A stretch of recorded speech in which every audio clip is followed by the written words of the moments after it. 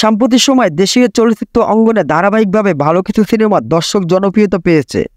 অনেকে ধারণা করছেন দীর্ঘদিনের খরা কাটিয়ে নতুন এক উত্থান পর্বে ঢাকাই সিনেমা।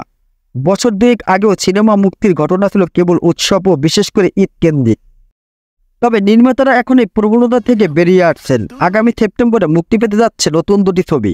ধারণা করা যাচ্ছে মুক্তির সময় দুটি ছবি ঘিরে প্রেক্ষাগৃহে দর্শকদের উন্মাদনা দেখা যেতে পারে। একটি সুপারস্টার সাকিব খান ও বলিউড নায়িকা সোনাল চৌহান অভিনীত বহুল প্রতীক্ষিত ছবি দরদ। এর সঙ্গে মুক্তির তালিকায় যোগ দিতে যাচ্ছে সিয়াম আহমেদ ও বুবলি অভিনীত প্রতীক্ষিত ছবি জঙ্গলি, যেখানে আরও আছেন চিত্রনায়িকা দিঘি। দরদের নির্মাতা অনন্য মামুন আগেই তার ছবি মুক্তির ঘোষণা দিয়েছেন, জানিয়েছেন 6 সেপ্টেম্বর দরদ মুক্তি পাবে। সঙ্গে এও জানিয়েছেন এটি প্যান ইন্ডিয়া ছবি হিসেবে একাধিক ভাষায় বিশ্বব্যাপী মুক্তি পাবে। একই মাসে যোগ হতে যাচ্ছে জঙ্গলি। ছবির পরিচালক এম রাহিম বলেছেন, সেপ্টেম্বর মাসে জঙ্গলি মুক্তি দিতে চান, সেভাবে শেষ সময়ের কাজ আগাচ্ছেন। নির্মাতা মুক্তির চূড়ান্ত দিনক্ষণ না জানালেও সূত্র বলছে দরদের সঙ্গে মুক্তির পরিকল্পনা করছেন তিনি।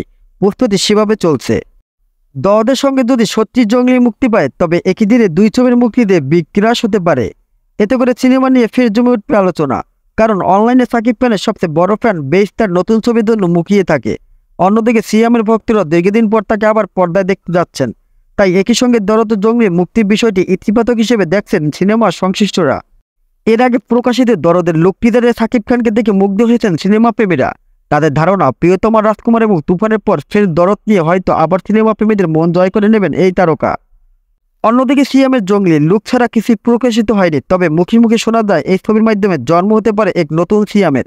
বাকিটা অনুধাবন করতে দর্শকদের আর কিছুদিন অপেক্ষা করতে হবে।